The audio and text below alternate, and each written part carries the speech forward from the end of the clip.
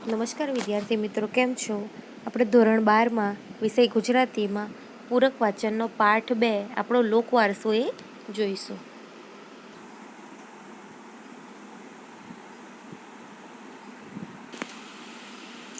પૂરક વાચનનો પાઠ 2 આપણો લોકવારસો. એના લેખક હસુ યાજ્ઞિક. એમનો જન્મ 12/2/1938. નવલકથાકાર, વાર્તાકાર, મધ્યકાલીન ગુજરાતી સાહિત્ય અને લોક સાહિત્ય તથા શાસ્ત્રીય સંગીતના અભ્યાસી ડૉક્ટર હસુ વ્રજલાલ યાજ્ઞિકનો જન્મ રાજકોટમાં થયો હતો. સરકારી કોલેજમાં અધ્યાપક રહ્યા તેમજ ગુજરાત સાહિત્ય અકાદમીના મહામાત્ર તરીકે પોતાની સેવાઓ આપી.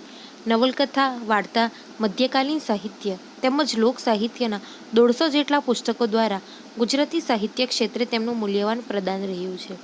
કેન્દ્રીય સાહિત્ય અકાદમી દિલ્હી દ્વારા પશ્ચિમ ભારતના ક્લાસિકલ લિટરેચરના સ્કોલર તરીકે 1 લાખ રૂપિયાના ભાષા સન્માનના યશભાગી થયા છે. સૌરાષ્ટ્ર યુનિવર્સિટી દ્વારા મેઘાણી એવોર્ડ, લંડનનો સ્કાયલાર્ડ એવોર્ડ, કવિ કાગ એવોર્ડ તેમને પ્રાપ્ત થયા હતા. મધ્યકાલીન સાહિત્યની પ્રેમકથાઓ વિશે સંશોધન કરી ડૉક્ટર ઓફ ફિલોસોફીની ઉપાધિ પ્રાપ્ત કરી.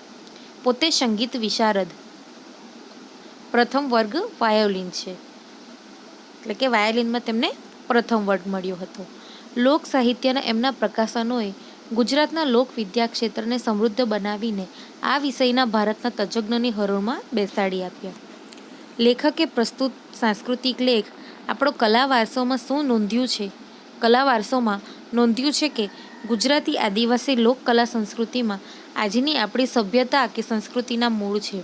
આદિવાસીઓની ભાતીગળ લોક સાહિત્યમાં આજે પણ એવું કંઠસ્થ સાહિત્ય મળે છે જેના મૂળ વૈદિક, પૌરાણિક તેમજ મધ્યકાલીન સંસ્કૃત, પ્રાકૃત, જૂની ગુજરાતીના સાહિત્યમાં જોઈ શકાય છે. પ્રસ્તુત લેખ દ્વારા 2 બાબતો આપણને પ્રાપ્ત થશે. આદિવાસી લોકકલા સંસ્કૃતિમાં પ્રચ્છન્ન રહેલી જીવન અને જગતને જોવાની દ્રષ્ટિ તેમજ અન્યના હિતને જોડીને સાંકળી લેવાની શક્તિ.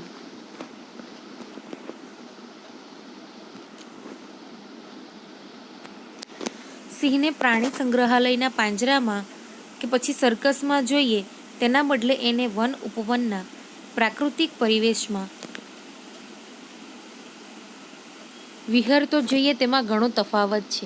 આ જ રીતે આપણે આદિવાસી લોકકલાને રંગમંચ પર નિહાળીએ અને એને આદિવાસીના મુક્ત વિહારમાં રજૂ થતી જોઈએ તે બંનેમાં જમીન આસમાનનો અંતર છે. કે આપણે સિંહને પાંજરામાં કે સર્કસમાં જોઈએ એના કરતાં આપણે જંગલમાં ફરતો જોઈએ એ બેમાં ઘણો તફાવત હોય છે. એ જ રીતે આદિવાસી લોકકલાને પણ આપણે રંગમંચ ઉપર જોઈએ એના કરતાં એને પોતાની જગ્યા પર મુક્ત રીતે ફરતી જોઈએ તે બંનેમાં જમીન આસમાનનો તફાવત હોય છે.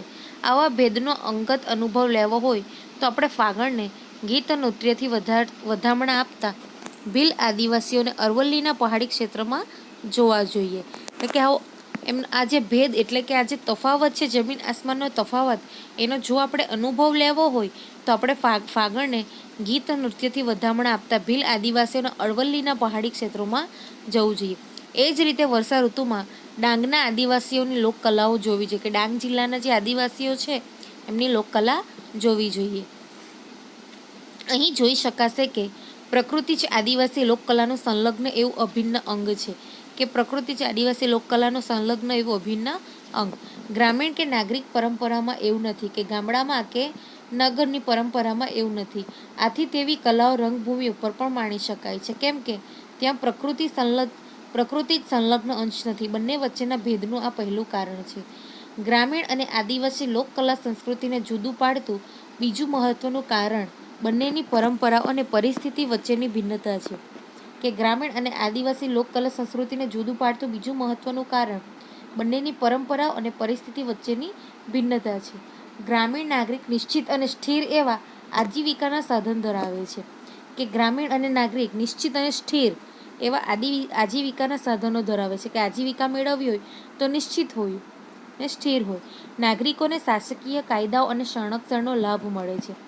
પ્રાચીન કાળથી તે આજ સુધી તેમને પ્રજા તરીકેના નાગરિક તરીકેના અધિકારો અને લાભો મળ્યા. એ સાથે જેમ જેમ સમય વહેતો ગયો, શાસકો બદલાતા ગયા તેમ તેમના આજીવિકા સ્ત્રોત, ખાનપાન, વસ્ત્રાભૂષણ, બોલી, ભાષા વગેરેમાં નવું પરિવર્તન આવતું ગયું. જૂનું લુપ્ત થઈ ગયું. એટલે કે હમણાં જોઈએ તો તેમના આજીવિકા એટલે કે ભરણ પોષણ, પેટનું ભરણ પોષણ શેના દ્વારા કરી શકે ને આજીવિકા સ્ત્રોત. ખાનપાન એટલે ખાવા પીવાની વસ્તુ. વસ્ત્રાભૂષણ એટલે ઘરેણાં આભૂષણો જે પહેરે એ. બોલી ભાષા વગેરેમાં નવું પરિવર્તન આવતું ગયું અને જૂનું લુપ્ત થતું ગયું એટલે કે જૂનું નાશ થતું ગયું. આની સામે આદિવાસીઓ નહોતો. છેક પ્રાચીન કાળથી તે બ્રિટિશ અમલ સુધી નાગરિકના અધિકાર ન મળેલા, કે પ્રાચીન કાળથી બ્રિટિશરો સુધી પણ નાગરિકોના અધિકારો મળ્યા ન હતા આદિવાસીઓને. એક પ્રજા તરીકે પોષણ, સંરક્ષણ વગેરેના કોઈ જ લાભ ન મળ્યા હતા, કે એક પ્રજા તરીકે કોઈ પણ પ્રકારનું પોષણ અને સંરક્ષણ પણ મળ્યું ન હતું. બ્રિટિશરોએ આદિવાસી ક્ષેત્રો તરફ તો ધ્યાન ન આપ્યું.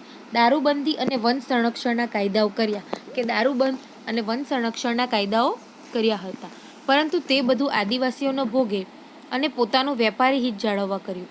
આઝાદી પછી તો હકીકતે શાસન દ્વારા આદિવાસીઓને એક પ્રજા તરીકે, નાગરિક તરીકે સ્વીકાર થયો, કે ખરેખર રીતે તો આદિવાસીઓનો એક પ્રજા તરીકે અને નાગરિક તરીકે આઝાદી પછી જ સ્વીકાર થયો હતો અને એમના હિત અધિકારો અમલમાં આવ્યા હતા. ત્યાર પછી જ આદિવાસીઓના હિતો અને અધિકારો અમલમાં.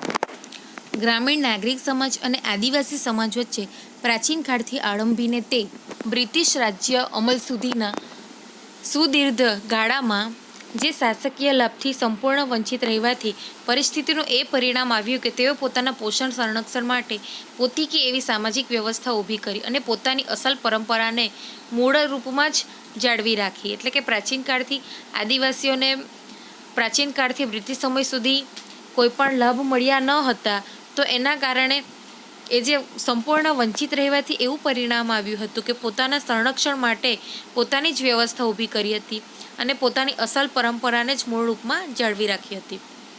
વ્યક્તિ, કુટુંબ અને સમાજમાં એમણે એક મુખ્ય નાયક, મુખી પંચના જ નિર્ણયને સ્વીકાર્યો, કે કુટુંબ અને સમાજમાં એક મુખ્ય નાયક, કે જેવી રીતે આપણા ગામમાં સરપંચ હોય તો એમના નાયકનો વડીલ, તો એ કોઈક મુખી કે પંચના નિર્ણયને સ્વીકાર્યો. સમાજમાં સૌ સંગઠિત અને સુરક્ષિત રહે તે માટે સમાજ માન્ય નીતિઓ, ધોરણો, રૂઢિઓ, આસ્થાઓ વગેરેની પરંપરાને તેઓ વળગી રહ્યા. પ્રકૃતિ સાથે જ એમનો અતૂટ નાડી સંબંધ અવિચ્છિન્ન રહ્યો, કે પ્રકૃતિ સાથેનો એમનો જે સંબંધ હતો એ જોડાયેલો રહ્યો, સેજ પણ તૂટ્યો નહીં. પોતાના આજીવિકા અને સંરક્ષણ એમણે પોતાની રીતે જ પ્રાપ્ત કર્યા. જળ અને ચેતન બધું જ સજીવ છે, બધામાં આત્મા છે, કે પોતાની આજીવિકા અને સંરક્ષણ એટલે કે પોતાના રક્ષણ માટેનું પણ એણે પોતાની જાતે જ કર્યું હતું. જળ અને ચેતન બધું જ સજીવ છે, કે ભલે જેનામાં જીવ છે, જળ છે, ચેતન છે, બધું જ સજીવ છે, બધામાં આત્મા છે. પહાડો આપણા પિતા અને નદીઓ આપણી માતા, કે પહાડ આપણો પિતા છે અને નદી આપણી માતા છે. આ બધા જ આદિમ કાળથી માન્યતા, આસ્થા, ધારા અને તેના આધારે રચાયેલી પુરાણ કથાઓનો એમણે સ્વીકાર કર્યો. એટલે કે આ પુરાણ કથાઓનો એમણે સ્વીકાર કર્યો હતો કે પર્વત પિતા છે અને નદી માતા છે, એવો એમણે સ્વીકાર કર્યો હતો. વન, પર્વત, નદી, વનસ્પતિ, પશુ, પક્ષી, કીટકો, સરીસૃપો વગેરેને પોતાની પરંપરાઓ સાથે પોતાના જેવા જ અંગો માન્યા, કે આપણે વન એટલે જંગલ, પર્વત, નદી, વનસ્પતિ, પશુ, પક્ષી, કીટકો, સરીસૃપો એટલે કે સાપ કે બીજા જે જમીન પર ચાલતા જે પ્રાણી પક્ષીઓ છે એને પણ પોતાની પરંપરામાં પોતાની સાથે જ માન્યા. આથી જ આદિવાસી સંસ્કૃતિમાં આ સંસ્કૃતિ જ એને પેદા કરેલી એ કલાનો સમાવેશ થાય છે.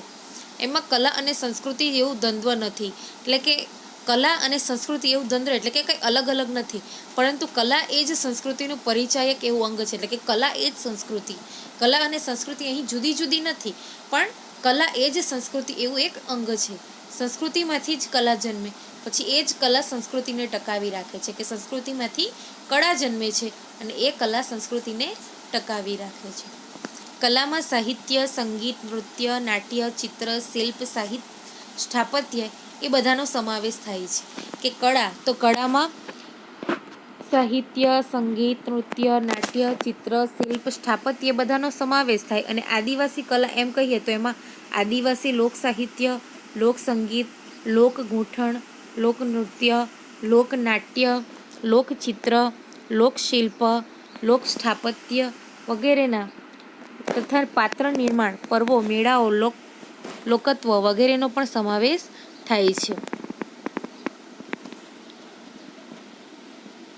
ગુજરાતમાં ભીલ, રાઠવા, ચૌધરી, ગામિત, કુકણા જેવા કુલ 25 જેટલી મુખ્ય આદિવાસી જાતિઓ છે. કે ગુજરાતમાં કુલ આદિવાસી જાતિઓ ભીલ, રાઠવા, ચૌધરી, ગામિત, કુકણા જેવી કુલ 25 આદિવાસી જાતિઓ છે. આ ઉપરાંત ગીરમાં વસતા મૂળ ચારણ, ભરવાડ, રબારી, ભીલ, નળકાંઠાના પઢિયાર અને ગીર કાંઠામાં તથા ભરૂચ જેવા દક્ષિણ ગુજરાતમાં વસતા આફ્રિકન નીગ્રો જાતિ મૂળના સીદીઓનો પણ સમાવેશ થાય છે. એટલે કે અલગ અલગ જાતિના આદિવાસીઓ વસે છે. ચારણ, પઢિયાર અને સીદી એ 3 જાતિઓ ગુજરાતના અંતરિયાળ ભૂમિભાગના વન વિસ્તારમાં વસવાટ કરે. કે અંતરિયાળ એટલે કે ખૂબ અંદરના એવા ભૂમિભાગના વન વિસ્તારમાં. શેષ મોટાભાગની ભીલ અને કુકણા જેવી મુખ્ય આદિવાસી જાતિઓ છે. તે ગુજરાતના પશ્ચિમોત્તર છેડાથી આરંભીને દક્ષિણ ગુજરાતના ભરૂચ, સુરત અને ડાંગના સીમાટ છેડાના પટ્ટામાં વાપીથી તાપી સુધીના વિસ્તારમાં વસે છે. એટલે કે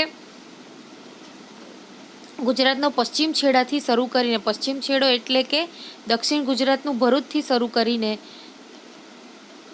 પશ્ચિમ છેડાથી શરૂ કરીને દક્ષિણ સુધી ભરૂચ, ગુજરાત અને ડાંગના છેડામાં વાપીથી તાપી સુધીના વિસ્તારમાં વસે છે. ગુજરાતના આ ભૂમિભાગો રાજસ્થાન, મધ્યપ્રદેશ, મહારાષ્ટ્ર, ખાનદેશ સાથે જોડાયેલા છે. કે આ જે ગુજરાતના આ ભાગો છે એ રાજસ્થાન, મધ્યપ્રદેશ અને મહારાષ્ટ્રના ખાનદેશ સાથે જોડાયેલા છે. અરવલ્લી અને સહ્યાદ્રીની પર્વતમાળાઓને કારણે જ આ ભૂમિ પ્રદેશો જુદા પડ્યા. કે પહાડની જે પર્વતમાળાઓ છે અરવલ્લી અને સહ્યાદ્રી, તો એના કારણે જ આ ભૂમિ પ્રદેશો જુદા પડ્યા હતા. બોલી, ભાષા અને કેટલીક પરંપરાઓ જુદી પડી.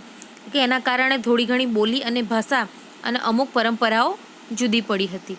પરંતુ આ સમગ્ર પટ્ટામાં આદિવાસીઓ વસ્યા તે 2 રાજ્યો વચ્ચેના પારસ્પરિક આદાન પ્રદાનમાં મધ્યસ્થ કડીરૂપ બન્યા. કે આ 2 રાજ્યો પરસ્પર આદાન પ્રદાન એટલે કે આપ લેમાં કડીરૂપ બન્યા હતા.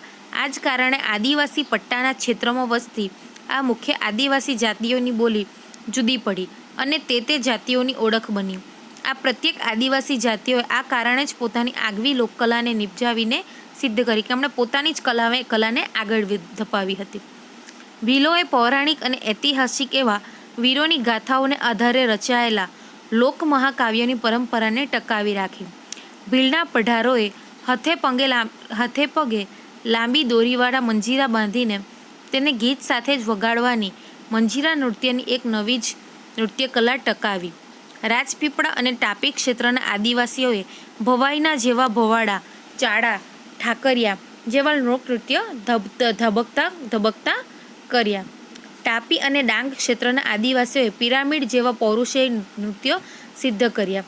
હવે તમને ખબર હશે કે આ પિરામિડ જો આપણે ઘણીવાર ડાન્સનો પ્રોગ્રામ હોય છે ત્યારે આવી રીતે આદિવાસીઓ જે પિરામિડ કરે, એકની ઉપર એક કરીને પિરામિડ જે બનાવે એવા પૌરુષવાળા નૃત્યો, એટલે કે આપણે આ બધા જે નૃત્યો છે એ બધા કરતા પણ આવ્યા છે.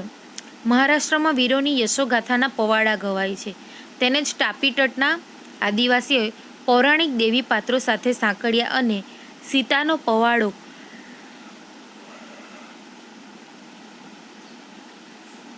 જેવી પૌરાણિક પાત્રની દિવ્ય કથાને સગાનું નૃત્ય કરી છે. એટલે કે ગાવાની સાથે સાથે નૃત્ય, એટલે કે સીતાનો પવાડો એ જાતે જ ગાવાની સાથે સાથે નૃત્ય કરે. કે આપણે કેવું હોય કે મોટે ભાગે ગીત અલગ ગવાતું હોય ને ડાન્સ અલગ થતો હોય, પણ અહીંયા સગાન નૃત્ય એટલે કે ગાવાની સાથે સાથે નૃત્ય કરવું. ભરત મુનિએ નાટ્યશાસ્ત્ર નામના પ્રાચીન ભારતીય કલાગ્રંથમાં સંગીત, નૃત્ય અને નાટકના સિદ્ધાંતો રચી અને તેના અનેક પ્રકારો વર્ણવ્યા છે. આમાં કેટલાક એવા પ્રકારો છે જે આજે પણ આદિવાસીઓના વિવિધ લોકનૃત્યો અને લોકનાટ્યોમાં જીવિત છે. આથી પુરવાર થાય છે કે સાહિત્ય, સંગીત, નૃત્ય, નાટક, ચિત્ર, શિલ્પ, સ્થાપત્ય જેવી અને પ્રશિષ્ટ મનાતી કલાઓના કુળ અને મૂળનો જ સીધો સંબંધ આદિવાસી લોકકલાઓ સાથે છે. બધી જ કલાઓનો ઉદ્ભવ અને વિકાસ આદિવાસી લોકકલાઓમાંથી થયો છે. કે બધી કળાઓ છે એનો ઉદ્ભવ અને વિકાસ પણ આદિવાસી લોકકળાઓમાંથી થયો છે. હવે પછી આપણે બીજા ભાગમાં જોઈશું.